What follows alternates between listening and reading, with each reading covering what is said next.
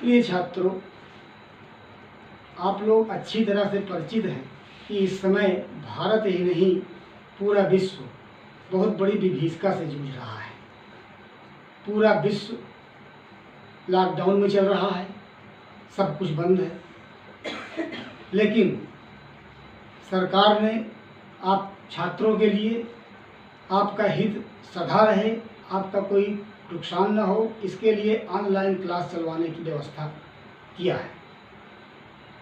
आप लोग कुछ पढ़ें, मैं आपको कुछ बताऊं। इसके पहले मेरी ये अपील है कि ये कोरोना, जिसे कोविड-19 के नाम से भी जाना जाता है, इससे बचने के लिए कुछ मूलभूत सावधानियां हैं जिनको बार बार प्रचार माध्यमों से प्रसारित किया जा रहा है।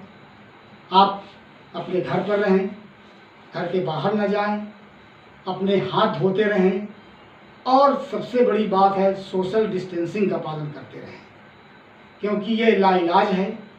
केवल सोशल डिस्टेंसिंग का पालन करके और हाथ धो करके आप इससे बचत कर सकते हैं, क्योंकि इलाज से बचाव ज़्यादा श्रेष्ठ होता है। मैं चाह रहा हूँ कि आपके विषय वस्तु का काव्यखंड जो है उसका प्रथम पाठ शुरू करूँ।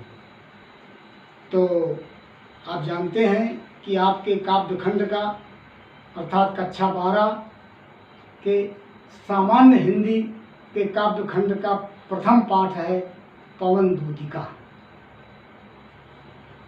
इसके पहले कि इसकी व्याख्या किया जाए, मैं ये बताना चाहूँगा इसके विषय में। इसकी एक पृष्ठभूमि है। पवन दूतिका महाकवि अयोध्या सिंह उपाध्याय हरिऔध द्वारा रचित प्रिय प्रवास नामक महाकाव्य से ये खंड लिया गया है। आप अच्छी तरह से जानते हैं कि प्रिय प्रवास हिंदी खड़ी बोली का पहला महाकाव्य है। इसे प्रथम महाकाव्य की संज्ञा दी गई है। तो वैसे हरिऔध जी द्विवेदी युग के प्रतिनिधि कवियों में से माने जाते हैं। पहले ये ब्रज भाषा में अपनी कविताओं को लिखा करते थे, लेकिन बाद में आचार्य महावीर प्रसाद द्विवेदी के संपर्क में आने के बाद इन्होंने खड़ी बोली में रचना प्रारंभ किया। इनकी रचनाएं बहुत सी हैं, लेकिन इनको जो महारत हासिल हुई, जो इनको ख्याति प्राप्त हुई, वो इसी महाकाव्य के बल से हुई है, जिसका नाम है प्रिय प्रवास। और इसी प्रिय प्रवास का एक खंड है पवन दूतिका, जो आपके पुस्तक में संकलित किया गया है।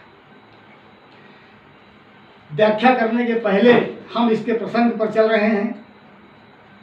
पवन दूतिका हिंदी साहित्य में कवियों ने विरहिणियों के लिए उनके प्रवासी पतियों के पास दूत बनाकर भेजने का काम कई दृष्टिकोण से किया है। किसी ने कौवा को दूध बनाकर भेजा अपने प्रेमी के पास, अपने पति के पास, जो प्रवासी पति है, जो परदेश में रह रहा है। किसी ने हंस को दूध बनाया, तो किसी ने बादलों को दूध बनाया। उसी परिप्रेक्ष्य में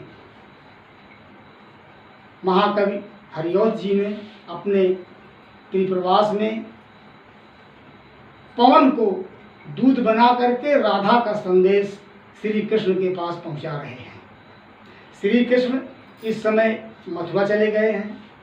उनकी प्रेयसी, उनकी प्रियतमा राधा जी विरह अवस्था में हैं और बहुत दुखी हैं।